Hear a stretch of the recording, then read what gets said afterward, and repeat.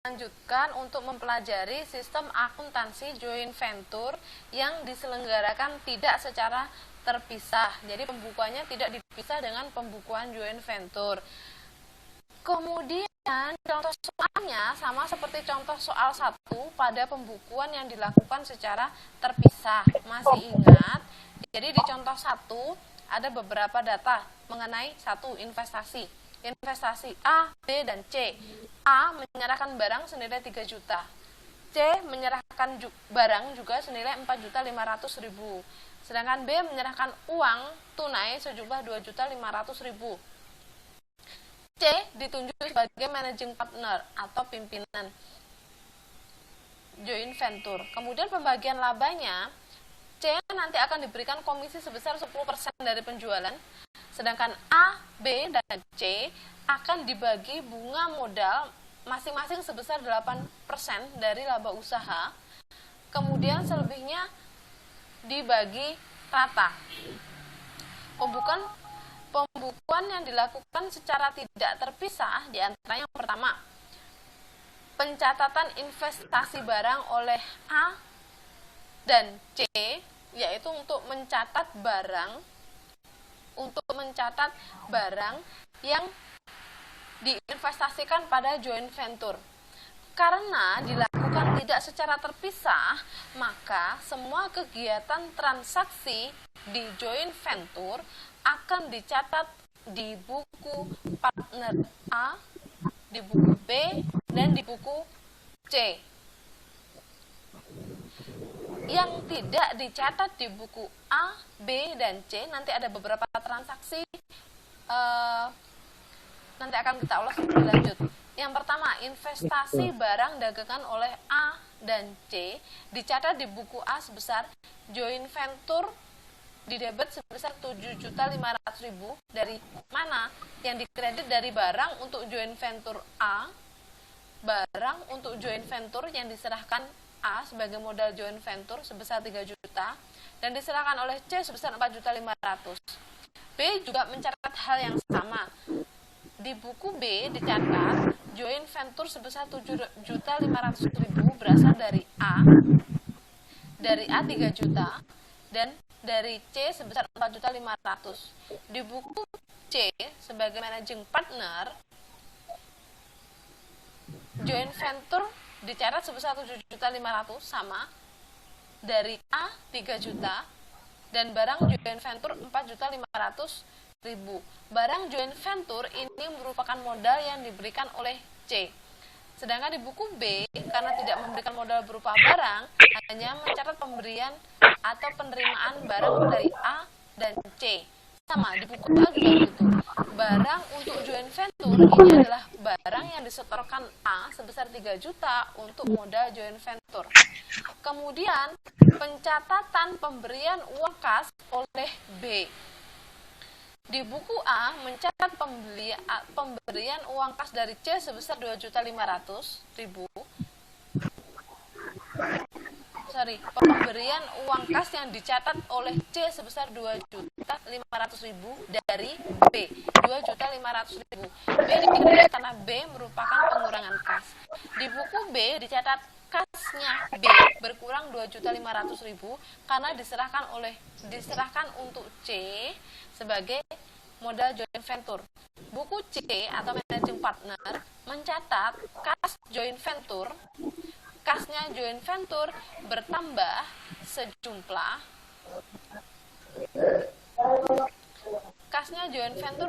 sejumlah 2.500.000 di debit, B dikredit sebesar 2.500.000. Kemudian yang kedua, transaksi yang kedua yaitu pengambilan promise. Pengambilan promise sebesar 1 juta dengan bunga 6% dalam jangka waktu 60 hari. Yang perlu diingat, yang saya fill color kuning ini merupakan pencatatan di buku A. Fill color yang warna pink ini pencatatan di buku B. Yang warna biru pencatatan di buku C. Kita mulai pencatatan untuk transaksi yang kedua. Untuk pengambilan promise sebesar 1 juta dengan bunga 6% jangka waktu 60 hari. Maka yang pertama kita harus mencatat pembayaran bunga untuk promise atau wesel bayar. Caranya sama seperti pada saat pembukuan yang terpisah. Yang pertama, saya kasih dia dulu pembukuan yang terpisah dulu. Pada waktu pengambilan promise, pembayaran bunga weselnya dicatat atau dihitung dengan rumus 60/360 hari kali bunga sebesar 6% dikalikan promise senilai 1 juta. Maka bunga weselnya sebesar 10.000. Di pembukuan secara tidak terpisah, bunga wesel ini dicatat oleh A, joint venture sebesar 10.000, C, berkurang di kredit sebesar 10.000. Di buku B, joint venture di debit sebesar 10.000, C di kredit sebesar 10.000. Sedangkan di buku C, karena merupakan managing partner, maka ada hal yang berbeda yang perlu dicatat. Yang pertama, mencatat wesel bayar joint venture sebesar 1 juta, penerimaan kas joint venture-nya sebesar 990.000 di debit, dan di debit joint venture sebesar 10.000 untuk bunga wesel. Selanjutnya, transaksi penjualan kredit. Transaksi penjualan kredit juga dicatat di buku A, B, dan C. Di buku A dicatat C di debit sebesar 1.600.000. Di buku yang di kredit joint venture sebesar 1.600.000. Dan di buku B sama pencatatannya, C di debit 1.600.000, yang di kredit 1.600.000. Untuk buku C sebagai managing partner 1.600.000 tidak dicatat di C tapi sebagai piutang joint venture. Piutang joint venture. Kemudian yang dikredit adalah joint venture sejumlah 1.600.000 atau pendapatan joint venture sejumlah 1 juta. Bukan 1.600.000 tapi 16 juta. Jadi penjualan kreditnya sebesar 16 juta. Biar saya perjelas, 16 juta. Jadi penjualan kredit sebesar 16 juta dicatat di buku A, di buku B dengan cara yang sama, yaitu C di debit 16 juta, yang di kredit joint venture 16 juta. Di buku C sebagai managing partner mencatat piutang joint venture sebesar 16 juta, joint venture di kredit sebesar 16 juta. Kemudian pada saat pelunasan piutang, buku A dan buku B tidak mencatat. Yang mencatat cukup di buku C. Misalnya, pelunasan piutang hanya dilakukan pelanggan sejumlah 15.900.000. Misalnya, pelunasan piutang hanya dilakukan oleh pelanggan sebesar 15.900.000. Maka dicatat sebagai penerimaan kas joint venture di debit sebesar 15.900.000. Piutang di kredit sebesar 15.900.000. Berarti dari piutang sejumlah 16 juta, ada 100.000 sebagai piutang yang harus dihapus karena tidak dibayar oleh pelanggan. Maka pada saat penghapusan piutang, transaksi penghapusan piutang dagang sebesar 100.000, karena ini merupakan beban, berarti A, B, maupun C harus mencatat.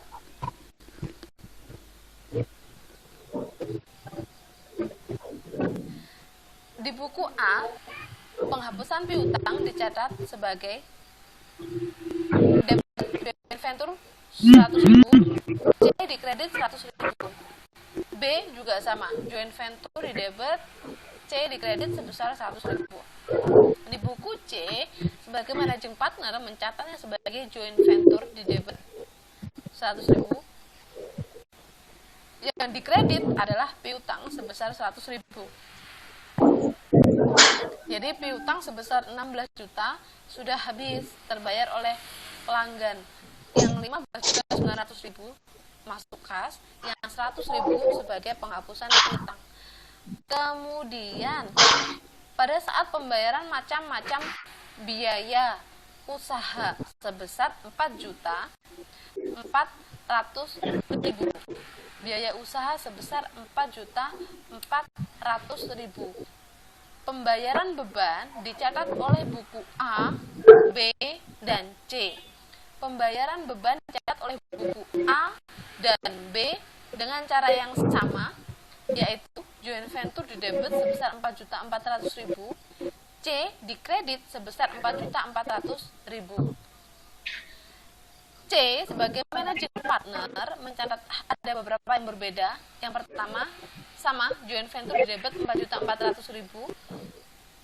Kemudian yang dikredit adalah kas joint venture sejumlah 4.400.000, yaitu pembayaran oleh joint venture untuk beban usaha. Kemudian transaksi yang ketujuh yaitu pelunasan wesel bayar sejumlah 1 juta. Pelunasan wesel bayar sejumlah 1 juta tidak dicatat oleh buku A dan B dan hanya dicatat oleh buku C dengan cara yang didebit wesel bayar joint venture 1 juta mengurangi kas joint venture, berarti kas joint venture dikredit sebesar 1 juta. Kemudian pada 31 Desember ada pembagian laba. Pembagian labanya berapa? Ternyata diketahui dari penjualan atau pendapatan penjualan sebesar 16 juta. Kemudian setelah dikurangi beban, macam-macam beban seperti beban bunga wesel, kemudian beban piutang tidak terbayar, kemudian macam-macam beban sebesar 4.400.000, tinggal laba usahanya sebesar 3.990.000. 3.990.000 ini harus dibagi ke partner A, ke partner B, dan ke partner C. Pembagian yang pertama yaitu pembagian komisi. Pembagian komisi sesuai dengan kesepakatan diberikan kepada C sebagai managing partner sejumlah 10% dari sales atau 10% dari total penjualan. 10% dari 16 juta, maka C mendapatkan komisi sebesar 1.600.000. Jadi, laba usahanya berkurang 3.990.000 dikurangi 1.600.000 untuk komisi C. Kemudian yang kedua, pembagian bunga modal untuk A, B, dan C masing-masing sesuai dengan penyertaan modal. Yang pertama A, bunga modal sebesar 8% dikalikan 3 bulan yaitu Oktober, November, Desember 2017.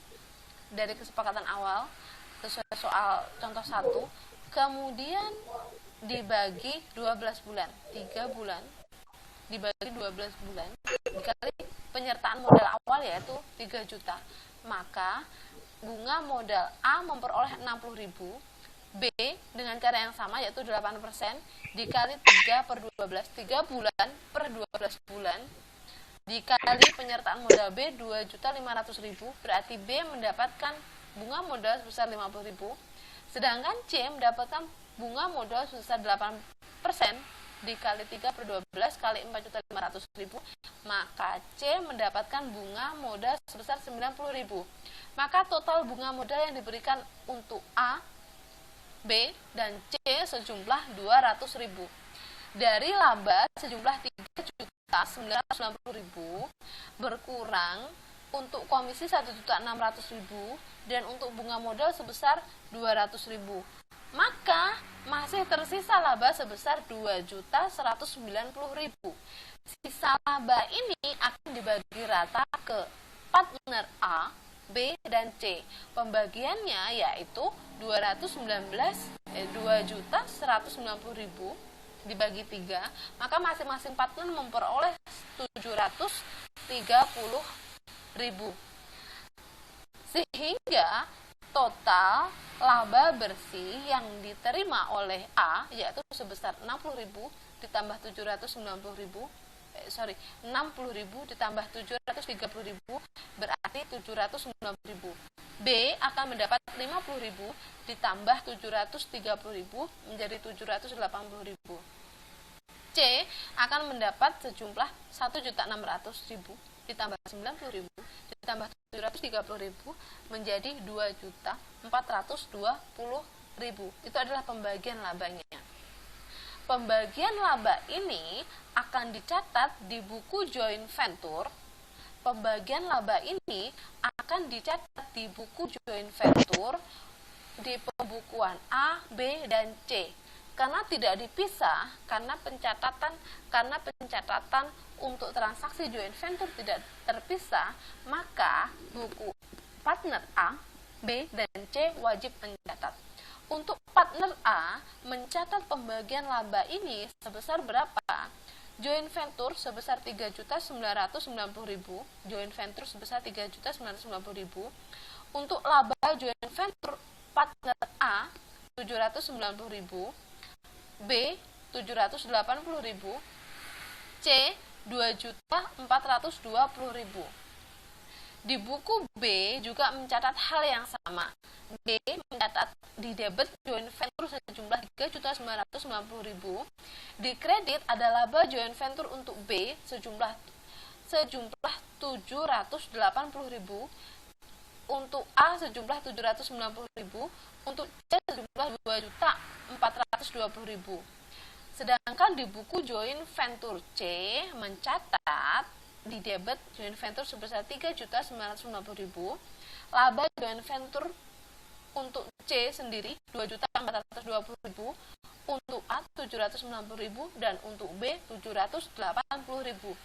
Itu untuk pembagian atau penentuan laba bersih untuk masing-masing partner. Sekarang tahap yang terakhir yaitu penyelesaian pembayaran oleh C untuk A, untuk B, dan untuk C.